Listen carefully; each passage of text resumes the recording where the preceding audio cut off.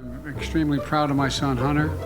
He has overcome an addiction. I am satisfied that I'm not going to do anything. I said I abide by the jury decision. I will do that, and I will not pardon him. The only person on this stage is a convicted felon is the man I'm looking at right now. But when he talks about a convicted felon, his son is a convicted felon at a very high level. Because his last name was Biden, because he was the president's son. And so the president believed enough is enough, and the president took action. And he also believes that they tried to break his son in order to break him.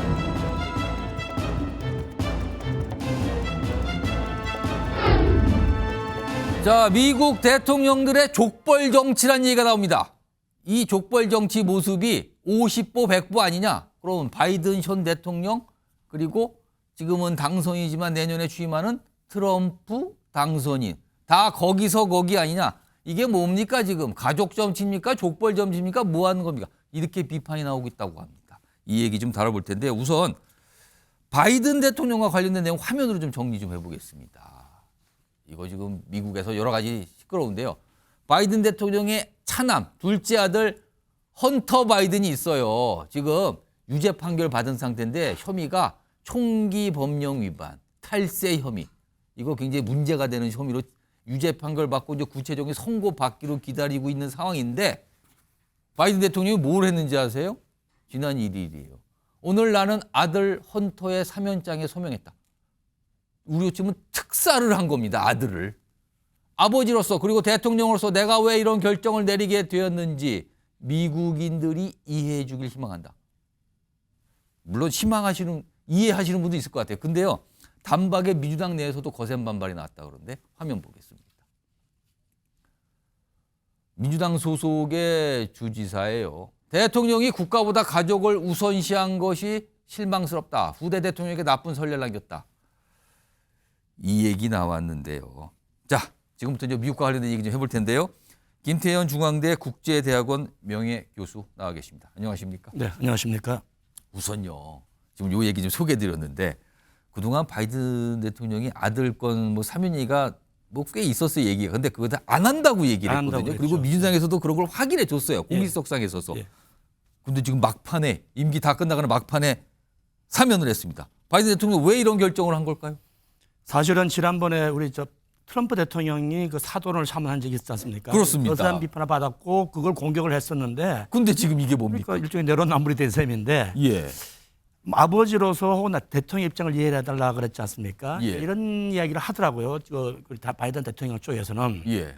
내 아들이 성이 바이든이 아니라 저처럼 김이거나 예. 이 씨 같으면 그런 식의 그 기소가 됐겠느냐. 대통령 아들이니까. 그러니까 정치적인 기소다. 뭐 검찰이든 누구든 일종의 좀 뜨기 위해서 그런 식의 정치 기소가 아니냐 하는 거고. 예. 또 하나 아까 뉴욕타임즈 기사를 검색을 했더니 예. 이 아드님이 이 마약 총기법령 위반도 마약 관련된 거거든요. 예. 마약 치료를 받고 있었는데 상당히 호전이 됐나 봐요. 예. 그런데 다시 기소가 되고 이제 선고를 받게 되면 마약 그 영상이 다시 심화될까 봐 아버지로서 많이 걱정이 돼서 그런 결정을 했으니 너무 좀 개인적인 이유 아닙니까 그거는? 네, 그렇습니다.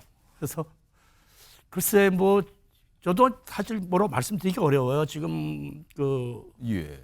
트럼프 대통령이 그랬던 거를 그렇게 비판하다가 돌아와가지고 그리고 안 한다고까지 이렇게 공언을 했었는데.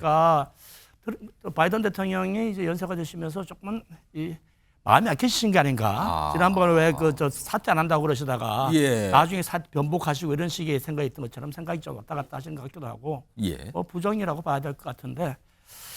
글쎄요. 저는 제가 미국과 인연을 맺은 게 예. 84년에 유학을 가가지고 예. 40년 동안 미국을 봐왔거든요. 예. 그리고 이제 미국을 전공하는 국제정치학 교수로서 그렇습니다. 예. 오래 봐왔는데 지난 30년 냉전이 끝나고 미국이 전체적으로 이게 좀 오만해졌어요. 아니 권력병에 걸렸다. 오만해졌다. 권력병에 걸렸다. 우리 같으면요 이런 일이 있으면 막 이게 나라냐 이렇게 피켓 들 수도 있는 거거든요. 우리 그렇죠. 국민들이 남북이 부끄럽다 할 수 있는데 부끄러워할 줄은 몰라요.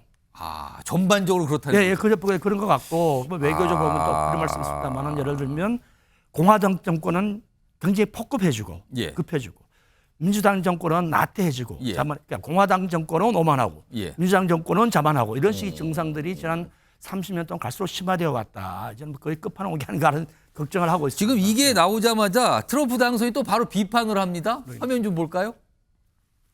트럼프 당선이 뭐라고 비판하냐면요. 아니 바이든 대통령 그 아들 헌터 사면에 그러면 J6 인질도 포함되는 겁니까? 뭔가 비꼬는데 J6 인질이 뭐냐면요. 2021년에 워싱턴 이거 의사당 폭동이 있었잖아요. 여기 가담됐던 양반이 수감되는데 그럼 이 사람들도 풀어주는 거예요? 이번에 했으니까 이렇게 비꼬는데 근데 아까 말씀하셨죠? 트럼프 당선이 결코 자유롭지 않아요. 본인이 앞서서 대통령 할 때 본인 사돈을 사면시켜줬거든요. 그때 보면은 무려 18개 혐의로 기소된 사돈 찰스 큐시너입니다. 여기를 사면시켜줬어요. 퇴임 한 달 앞두고. 이거 보면 뭐 거기서 거기 아닙니까 정말?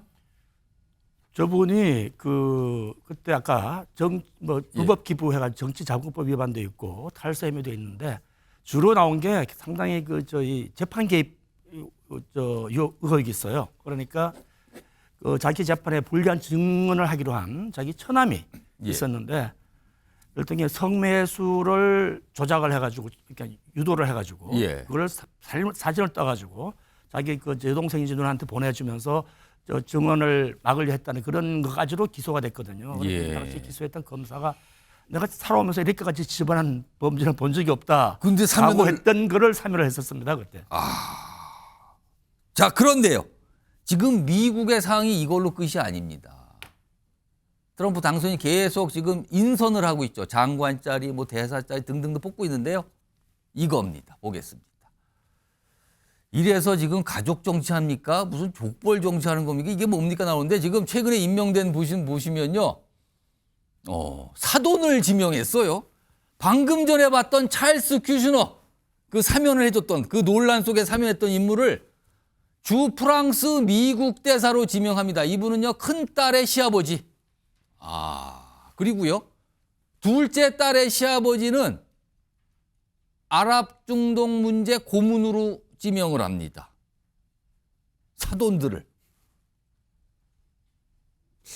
김태균 교수님, 이게 우리로서는 상상하기가 좀 어려운데 특히 찰스 큐시너는 사면도 해주고 이번 대사로도 보내고 두 분이 큰 손이에요. 이렇게 기부를 많이 하셨더라고요. 저기 선거 자금으로. 그래서 미국에서는 사실은 대사 자리는 political appointee, 우리나라는 특임 대사라고 그러죠. 정치적으로 임명을 하는 일이 자주 있습니다.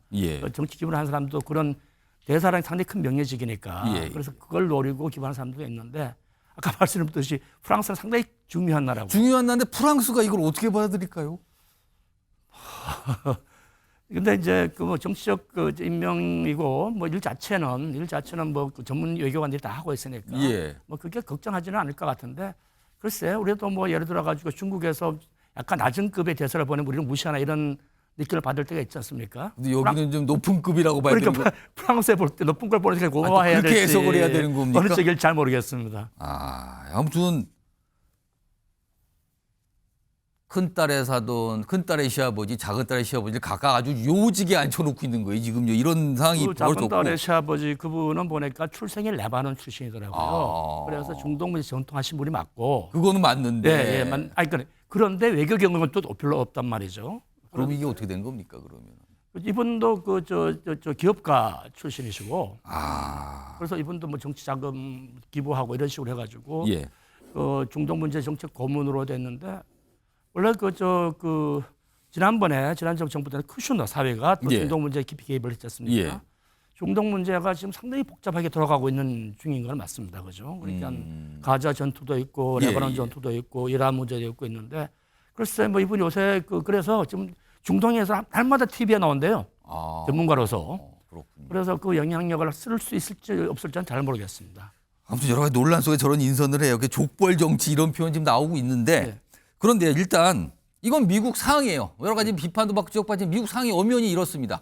자, 그런데요. 지금 최근에 보면 트럼프 당선인 관세를 뭐 동맹이고 뭐 갈 것 없이 다 관세 높이가 이런 얘기 나오면서 사실은 기업들이 비상이 걸린 거예요. 트럼프 당선인과 가까운 인물을 미리 알아둬서 뭔가를 좀 얘기를 해야 되는데 이런 게 비상인데 특히 일론 머스크는 거의 가족 이상 존재로 굉장히 결정권을 가진 인물로 비춰지고 있거든요. 그래서 일론 머스크와 관계를 맺어보려는 기업들 굉장히 어려움이 많다고 하는데 트럼프 당선인보다 아는 사람 찾기가 더 어렵다고요, 지금요? 일론 머스크는? 우선 기업 입장에서는 그 일론 머스크 자체가 기업인 출신이니까 오히려 접근하기가 쉽고 말도 통하지 않을까라고 생각을 하는데 예. 머스크란 분이 그런 만만한 분이지 아니지 않습니까? 아마 이분이 자수성가를 하신 분이기 때문에 예. 우선 줄을 잡아가지고 기업을 한다 이거 굉장히 싫어할 겁니다. 그럴 거고 그다음에 또 이 기업의 성격 자체가 예. IT 쪽이니까 뭐라 하나 창의성 이런 걸 쪽 이제 많은 사람을 건드리는 그런 식의 기업 형태도 아니란 말이죠. 예. 그래서 그 상당히 접근하기 어려울 것 같다는 이야기를 하는데 그래서 저는 굳이 인맥을 찾기보다는 예. 그냥 오늘 트럼프 미국은 아무래도 법이 지배하는 나라니까 예. 우리 법률란을 단단하게 갖추는 게 좋겠다는 생각을 하고 있어요. 우리 기업 쪽에서. 그러니까 예. 우선 뭐 미국 법에 정통한 사람들을 예. 저 내부 법률팀에 조인을 하고 예. 그다음 미국에서 좀 믿을 만한 미국의 로펌이라는 게 로비도 하고 동시에 법률도 다르지 않습니까? 그렇습니다. 그쪽으로 잘 선을 찾는 게 우리 기업 쪽에서 해야 될 일이니까 이런 생각을. 공식적인 루트가 있다는 거죠. 그런 걸 찾는 게 먼저지 무슨 인맥을 예. 찾는 건 그 다음 문제 아니냐? 제 생각이 그렇습니다.